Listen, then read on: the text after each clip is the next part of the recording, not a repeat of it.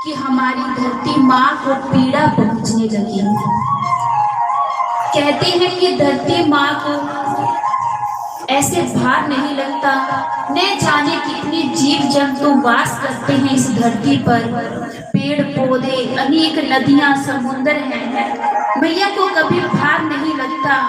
परंतु जब उसकी इस पवित्र भूमि पर अधर्म के कार्य होते हैं तो उन्हें पीड़ा पहुंचती है। महाराज कंस के अत्याचार बढ़े तो धरती माँ आज नारायण लोक पहुंची, आज नारायण जी के समक्ष पहुंची, प्रभु को प्रणाम किया, प्रभु से निवेदन किया कि हे प्रभु, मेरी इस पवित्र धरती पर बहुत अत्याचार हो रहे हैं, अधर्म के कार्य हो रहे हैं, अब मेरे से ये पीड़ा सहन नहीं होती, आप ही कुछ कीजिए ताकि मेरा उद्धार हो सके। भगवान श्री नारायण धरती माँ को वचन देते हैं कि मैं जल्द ही धरती पर अवतार होगा, प्रकट होऊंगा, उस समय तेरी सारी पीड़ाओं को हर लूंगा। उसके पश्चात धरती माँ वापिस आ गई। कुछ समय व्यतीत हुआ, इधर से कंस महाराज के इतने अत्याचार बढ़ गए कि जो वहां की मथुरा की प्रजा थी, जो वहां के वासी थे, वो बहुत परेशान हो गए, उससे पीड़ा सहन नहीं हो रही थी। और उसके पश्चात आज कंस महाराज की सभा लगी। सभा में जो कंस महाराज के सेवादार थे वो आज महाराज से कह रहे हैं कि महाराज, आपकी इस नगरी के जो वासी हैं वो आपके अत्याचारों से पीड़ित हैं, वे आने वाले समय में आपको राजा नहीं बनाएंगे। जब हमारे देश का राजा, जो हमारे देश को चलाता है, जब वही अधर्म के कार्य करने लग जाए तो हमारे इस देश का नाश हो जाएगा। तो उसके पश्चात कंस महाराज से कह रहे हैं कि अगली बार आपको राजा तो नहीं बनाएंगे। तो कंस महाराज बहुत चिंतित हुए। अब अपने सेवादारों से कह रहे हैं कि मुझे कोई ऐसा रास्ता बताओ जिससे मैं अपने इस नगर वासियों को प्रसन्न कर सकूं, ताकि आने वाले समय में वे मुझे ही राजा बनाएं। तो कुछ सेवादारों ने अलग अलग अपने सुझाव दिया। तो किसी ने कहा कि महाराज, अगर आप चाहते हैं कि आपकी नगरी के जो लोग हैं वो प्रसन्न हो जाएं, तो आप एक कार्य कीजिए। तो महाराज कंस ने कहा कि बताओ, ऐसा कौन सा कार्य करूं कि वे प्रसन्न हो जाएंगे। तो उन्होंने कहा कि महाराज, जो आपकी चचेरी बहन है, कंस के जो चाचा थे उनका नाम था देव, और जो उनकी चचेरी बहन थी उनका नाम था देवकी। तो क्यों ना आप अपनी चचेरी बहन का विवाह संपन्न करवाएंगे। तो ये देखकर आपके नगरवासी प्रसन्न हो जाएंगे कि कितना महान राजा है जो आज अपने चाचा की बेटी का विवाह संपन्न करवा रहा है। क्योंकि आजकल तो अपनी जो बहन होती है उसका कोई ध्यान नहीं रखता, तो आपकी तो वो चचेरी बहन है, तो आप यही कीजिए कि आप उसका विवाह संपन्न करवा दीजिए, तो सारी प्रजा प्रसन्न हो जाएगी। महाराज कंस ने कहा कि ठीक है। उसके पश्चात कंस महाराज अपनी बहन के लिए, देवकी के लिए वर ढूंढने लगे। तभी उन्हें ध्यान आया कि वसुदेव मेरे घनिष्ठ मित्र हैं, तो क्यों न उनसे प्रार्थना करूं, निवेदन करूं कि वे मेरी बहन से विवाह कर लें। कंस महाराज अपने घनिष्ठ मित्र वसुदेव जी के पास पहुंचे। वसुदेव जी से जाकर निवेदन किया कि आप तो मेरे मित्र हैं, तो आप मेरी बहन से विवाह कर लीजिए। अब वसुदेव जी ने कहा ठीक है, अगर आप कहते हैं तो मैं आपकी बहन के साथ विवाह करने के लिए तैयार हूँ। इसके पश्चात विवाह की तैयारियां की गई। इधर से विवाह का समय निकट आया, विवाह का दिन आया। कृष महाराज ने खूब तैयारियां की विवाह की। तो यह देख देख कर जो नगरवासी थे वे प्रसन्न होने लगे कि महाराज वो तो ऐसा जो अपनी बहन के लिए इतना कार्य कर रहा है। उसके पश्चात विवाह संपन्न हुआ। अब जैसे ही आज इधर से देवकी मैया की विदाई होने लगी, विदाई का समय आया, तो उसी समय अब कृष्ण महाराज ने देखा कि सभी नगरवासी देख रहे हैं, सभी राहों में खड़े हैं। तो उसी समय कृष्ण महाराज ने आज रुदन करना प्रारंभ कर दिया। अपनी बहन को गले लगा लगा कर रो रही है कि बहन तू चली जाएगी, हम दोनों ने बचपन साथ बिताया, साथ में बड़े हुए, मैं तेरे बिना कैसे रह सकता हूँ। आंसू बहा रहे हैं, नगरवासी देख रहे हैं कि कृष्ण महाराज इतना रुदन कर रहे हैं, अपनी बहन से इतना प्रेम करते हैं जो आज इतना रुदन कर रहे हैं उसकी विदाई पर।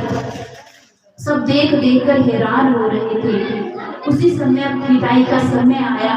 कृष्ण महाराज देवकी को पालकी में बिठाया। जैसे ही पालकी में बिठाया तो आकाशवाणी हो गई। आकाशवाणी में देवताओं ने कहा कि हे कंस, तूने आज जिसका विवाह संपन्न करवाया, आने वाले समय में इसी का पुत्र तेरा काल होगा। अब जैसे ही आकाशवाणी से कृष्ण महाराज ने सुना कि जिसका विवाह मैंने संपन्न करवाया इसका पुत्र मेरा काल होगा, तो क्यों न मैं अपने काल को अभी जन्म लेने से पहले ही खत्म कर दूं। अगर देवकी ही नहीं रहेगी तो पुत्र कहां से होगा और मैं कभी भी मर नहीं पाऊंगा। उसी समय कृष्ण महाराज जहां पहले रुदन कर रहे थे, अभी रुदन समाप्त किया और अपनी तलवार निकाल ली। अब जैसे ही तलवार निकाली, जैसे ही देवकी को मारने के लिए दौड़े, तो उसी समय आज वसुदेव जी ने कंस का हाथ पकड़ लिया। अब कंस का हाथ पकड़ा तो कंस ने वसुदेव से कहा कि तू मेरा हाथ मत पकड़, तेरा पुत्र मेरा काल होगा, तो इसलिए आज मैं देवकी को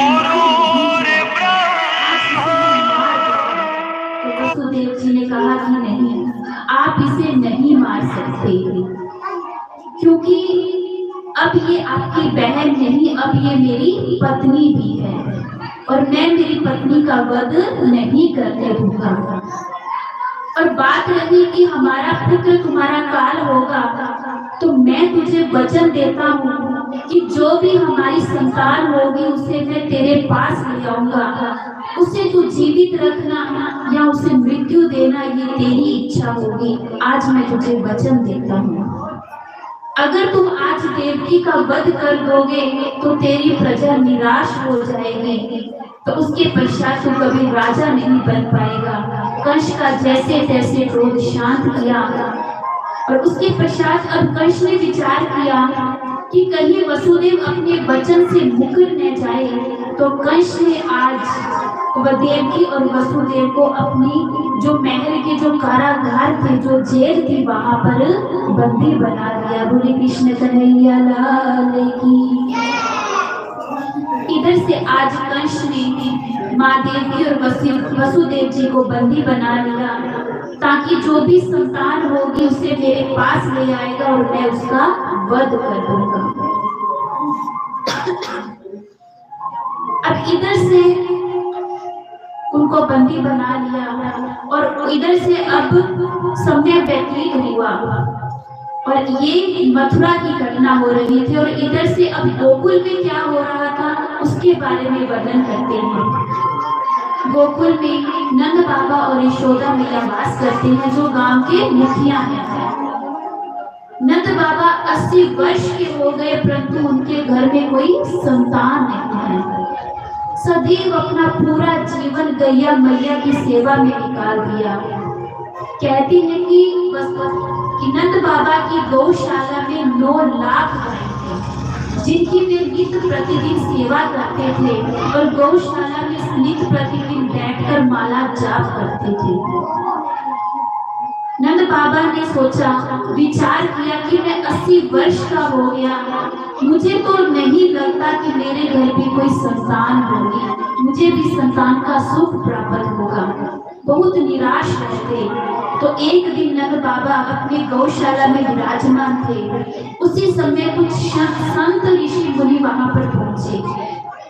संतों ने देखा कि नंद महल आ गया, तो उन्हें भूख लगी थी। तो नंद बाबा को आवाज लगा रहे हैं कि ओ नंद, हमें भूख लगी है, हमें भोजन करवाओ। अब नंद बाबा ने देखा कि कुछ ऋषि संत मुनि आए हैं और सभी ऋषि मुनियों को भाव से बिठाकर भोजन करवाया। अब इधर से संत ऋषि मुनियों ने पेट भर भोजन किया और जैसे ही भोजन कर आसन से खड़े हुए तो आज के नंद बाबा को आशीर्वाद देने लगे, पुत्र देवो भव। जैसे ही उनके मुख से आशीर्वाद निकला तो नंद बाबा मुस्कुराने लगे और संतों से कहने लगे कि मैं 80 वर्ष का हो गया, अभी तक मेरे कोई संतान नहीं है, तो आगे मुझे विश्वास नहीं है कि मेरे घर में भी कोई संतान होगी और आप आशीर्वाद दे रहे हो। तो संतों ने कहा कि कभी भी संतों की वाणी व्यर्थ नहीं जाती। कभी भी हम किसी संत से मिलते हैं, भेंट करते हैं, कभी भी उनका निरादर मत करना। सदैव जितना बन पड़े, जितना हमें श्रद्धा है, समर्था है, उनका आदर सत्कार करना चाहिए, सदैव उनकी सेवा करनी चाहिए, क्योंकि उनके मुख से निकली हुई वाणी सदैव मानो जैसे प्रभु की ही वाणी है।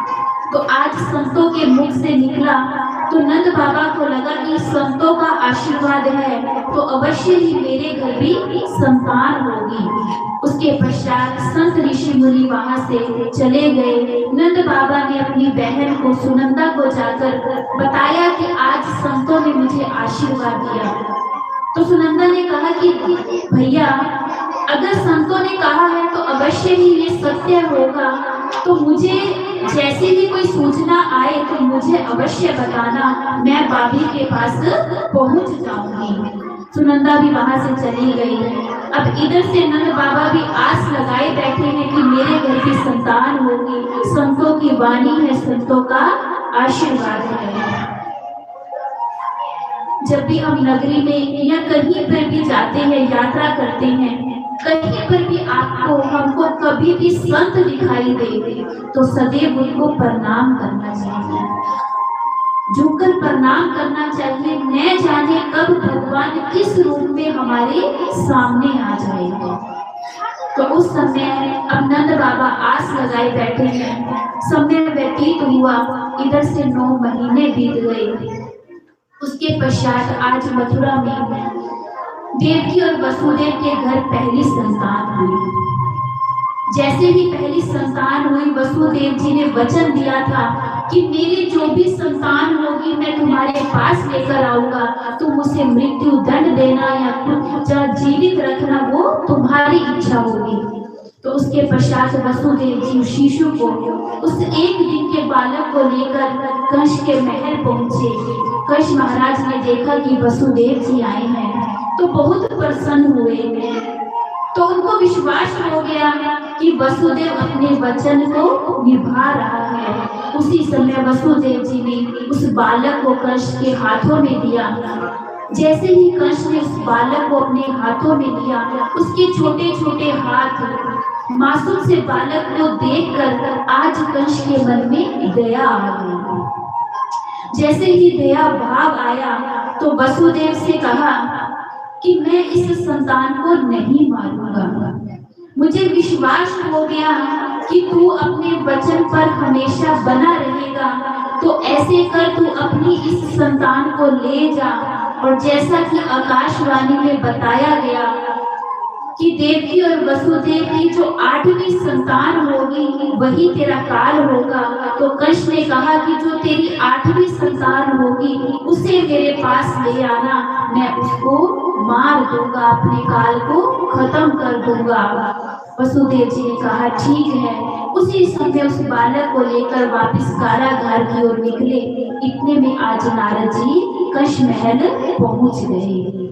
अब जैसे ही कंस महल इधर से कंस के महल में नारद जी प्रवेश किए, वसुदेव जी जा रहे थे, तो नारद जी कंस के पास पहुंचे। तो कंस ने देखा कि नारद जी आए हैं तो उनको प्रणाम किया और आने का कारण पूछा।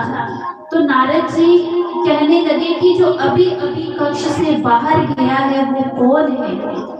तो कंस ने कहा कि वो वसुदेव है और वो अपनी पहली संतान को मेरे पास लेकर आया था, परंतु मैंने उसे मृत्यु नहीं दी। मैं मेरे 8वें जो काल होगा उसे ही मृत्यु दे दूंगा।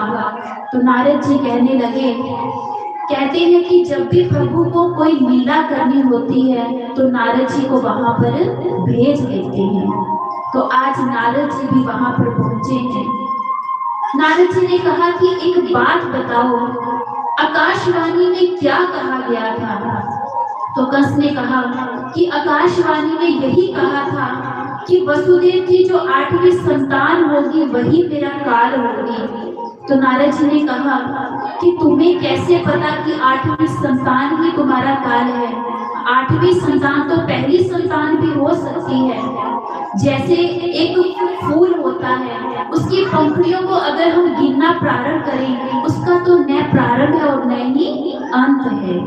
वैसे ही पहली संतान भी 8वीं हो सकती है और 8वीं संतान भी पहली हो सकती है। तो नारद जी ने जब कहा तो कंस भयभीत हो गया कि मैंने तो उस शिशु को वापस भेज दिया, मैंने उसे मृत्यु नहीं दी। उसी समय अब नारद जी तो वहां से चले गए। कंस ने वसुदेव जी को शिशु के साथ बुलाया और जैसे ही अब बालक को लेके वसुदेव जी आए, कंस ने अपने हाथों में लिया और उसी समय उसे एक पत्थर पर पटक दिया और संतान नमो नमः हो गई। गुरु कृष्ण कन्हैया लाल की। इसी प्रकार वसुदेव की पहली संतान का कंस ने वध कर दिया। समय व्यतीत हुआ, वसुदेव की 6 संतानें हुए, 6 का वध कर दिया। जब 7वीं संतान जब देवकी के गर्भ में पल रही थी, उसी समय भगवान श्री नारायण ने योग माया से निवेदन किया कि तुम जाओ और जो देवकी के गर्भ में शिशु पल रहा है उसे उस गर्भ से निकालकर जो गोकुल में रोहिणी मैया है उनके गर्भ में धारण करवा आओ।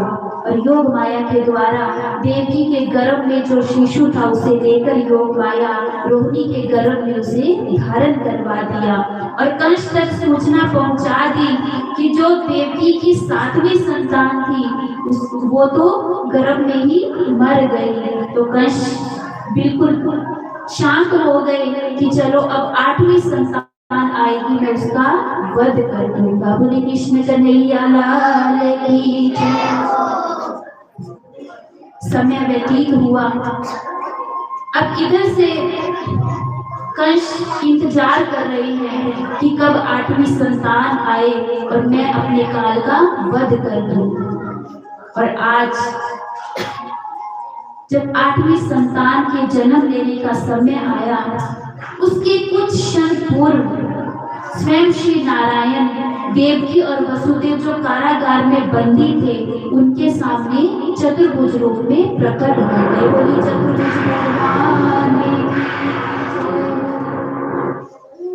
चतुर्भुज लेकर आज स्वयं श्री नारायण देवकी और वसुदेव के समक्ष आए।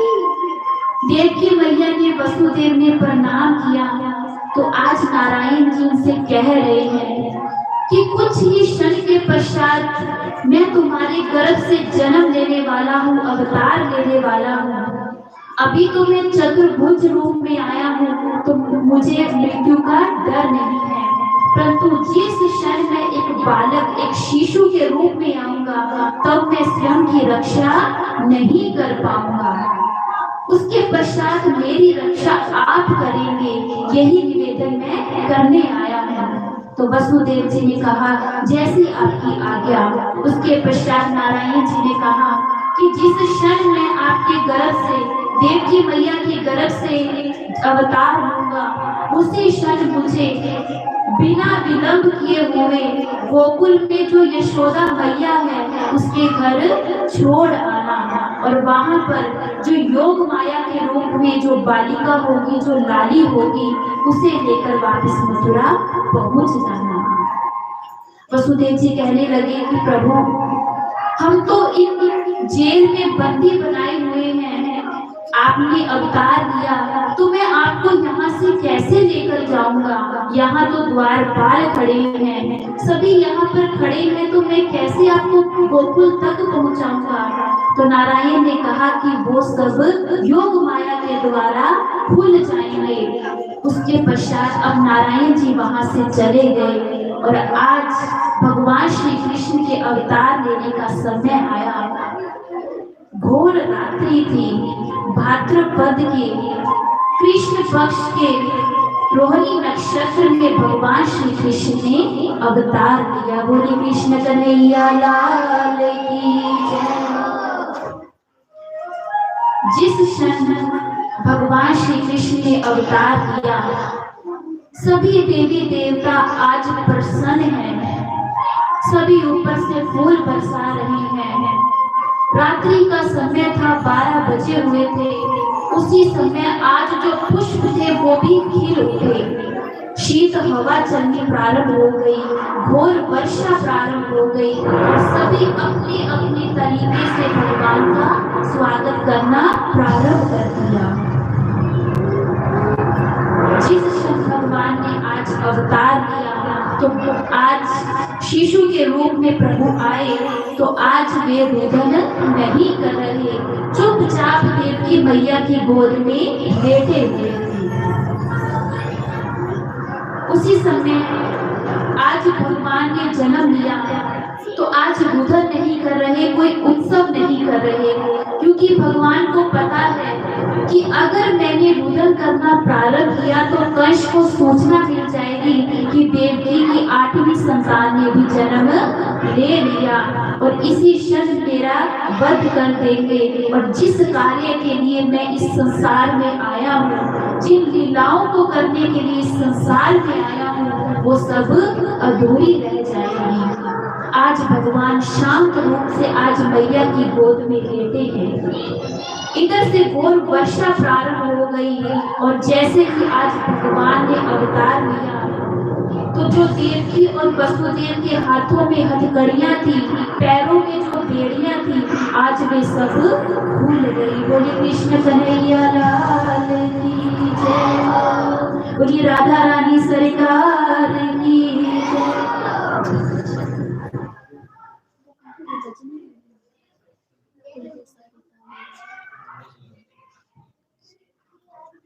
बोले कृष्ण कन्हैया लाल की जय।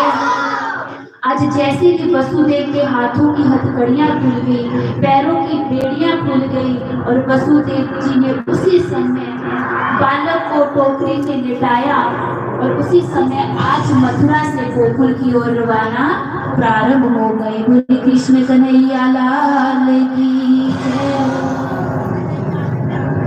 और देखते ही देखते जो उस कारागार के बाहर जो द्वारपाले थे, आज योग माया उनके नेत्रों पर आकर बैठ गई और देखते ही देखते सब द्वारपाले निद्रा अवस्था में चले गए। और जैसे जैसे वसुदेव जी कान्हा को टोकरी में लेकर जैसे जैसे आगे बढ़ रहे थे, जो 7 जेलों में बंद किया था वो आज सारे दरवाजे खुल गए और वसुदेव जी वहां से चलना प्रारंभ कर दिया। जैसे ही उस कारागार से बाहर निकले तो घोर वर्षा हो